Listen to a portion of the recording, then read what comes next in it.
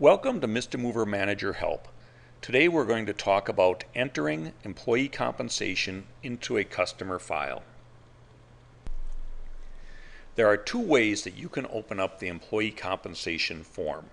The first method is to go to Additional Items, Job Hours. This will open up your job compensation form. And you'll notice we bring you to the local dispatch tab because you came in from the job hours area. So in here, it will show the employees that worked locally on this job, and their compensation will be entered in here. To see their compensation, you can right click and notice their compensation method is here, and you do have the ability now to drop down this list and change it if for some reason it's different from what the default is. You also have the ability to indicate what details of this compensation you want to use by checking or unchecking the Use button. These values you can either enter in manually right now by typing in here, or we are going to use the auto calculate tool, which I'll be showing you shortly, to have the system automatically enter in the hours for all the employees if they're using the same hours. So I will save this employee compensation package for this employee. I want you to recognize that we also have tabs representing all the different locations where an employee can get paid. Local dispatch is for the employees that worked locally on this crew. The job information tab is going to show you who the salesperson is and their compensation method. If there was a customer service person entered in here and if they were getting compensation, they would be listed in this gray area. And then since we had a surveyor on this job, it shows the surveyor and his compensation. The third area is interstate dispatch.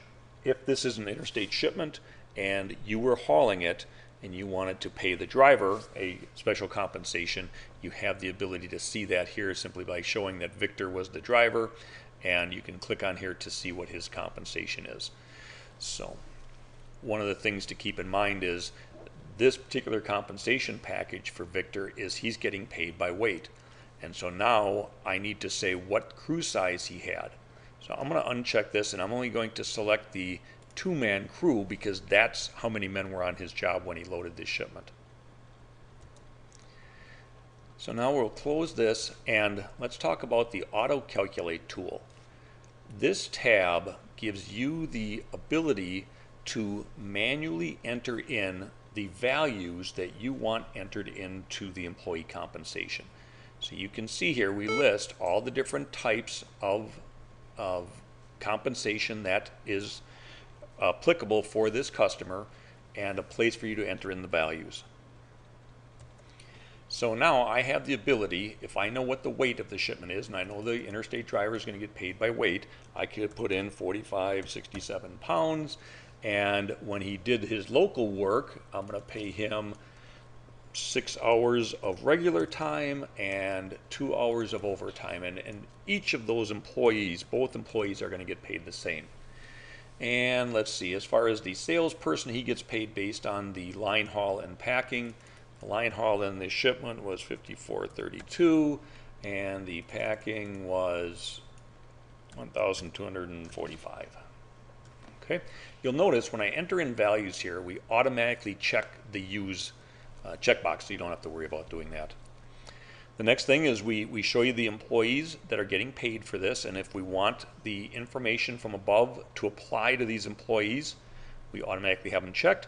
And all I have to do is click the Create Employee Compensation button here, and it will take the values that I had entered and put them into each employee's compensation package. So you can see we break down who has been affected by this employee compensation. Now I have the ability to go into the different tabs and see that as the salesperson, I got paid this much for line haul. I'm sorry, that the line haul was this much and the packing was this value, and now we'll take the percentages to calculate my compensation for that. The surveyor is getting paid a flat rate, so that was automatically entered in there. When I go into my local dispatch and I right click on these fields, you can see regular time was 6 hours and overtime was 2 hours. Look at the other employee, Exact same thing was entered. When I go into Interstate Dispatch and open up the Interstate Dispatch compensation, you can see that it brought over the weight that I had put in and is going to calculate at $20 a hundredweight. Now, if you needed to, you do have the ability to overwrite what was entered from the auto calculate tool. So let's say Gary here actually didn't get any overtime. You can right click and you can zero this out. So you have the ability to customize it within each individual compensation package. So that's how you can use the job compensation from the job hours area. We're going to save and close this, and I'm going to show you another option to do the exact same thing. Under additional items, payments, if you are going to create an invoice for this customer and the dollars or weight from the invoice is going to be used for the compensation, you can create an invoice, which I've already done, and now from this window I can hit the Create Employee Compensation button and it will bring me to the same form, the job compensation. The only difference is instead of putting you on the local dispatch tab, we bring you to the Auto Calculate tool tab, and we're now on the Payment and Invoices tab. So now you can see that from the invoice, the software automatically grabbed the weight from the invoice and the line haul. And we automatically checked, and here's the employees. So now, again, all I have to do is create employee compensation, and it will pass these values into the appropriate employee compensation package to pay the employees. Now, at this level, I can, again, put in 6 hours here and 2 hours in overtime, and it will pass that over. You also have the ability to change these values if for some reason what's in the invoice is not what you want to pay the employees. Now, what's very important to understand is that there are two tabs here. There's the payment and invoice and the user entered. This is what we used when we first went into the local dispatch area. These two areas are unrelated to each other. And so if you have an invoice, it is going to assume that you want to use the values from the invoice. If you would leave these checked and then you go into here and also enter in, even if it's the same weight or a different weight, it is going to create two separate compensation packages for that employee that's getting paid by weight.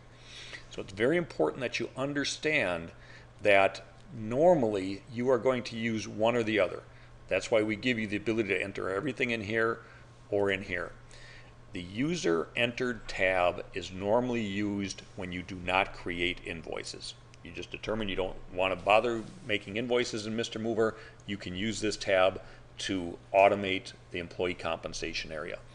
If you are using invoices, normally you are going to go into the payment invoices, create your invoice, open up this window, it will auto-populate, then you have the ability to enter in any information that doesn't come from the invoice and create your employee compensation.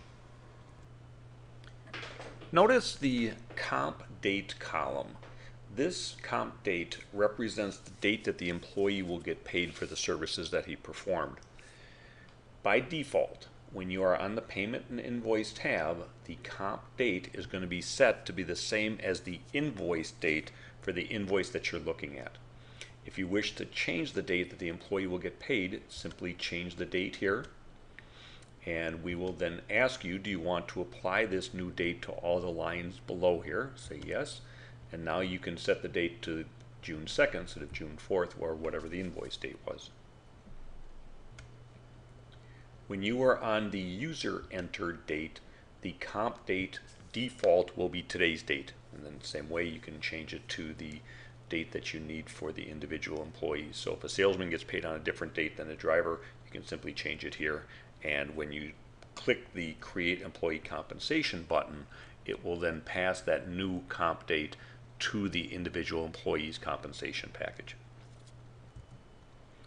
The last thing I want you to be aware of is we've added the reports, under reports, the profitability report, which will allow you to run this report and see the total list of all the compensation for every employee for this job, so you can take a kind of a summary of it and take a look and make sure everything is correct.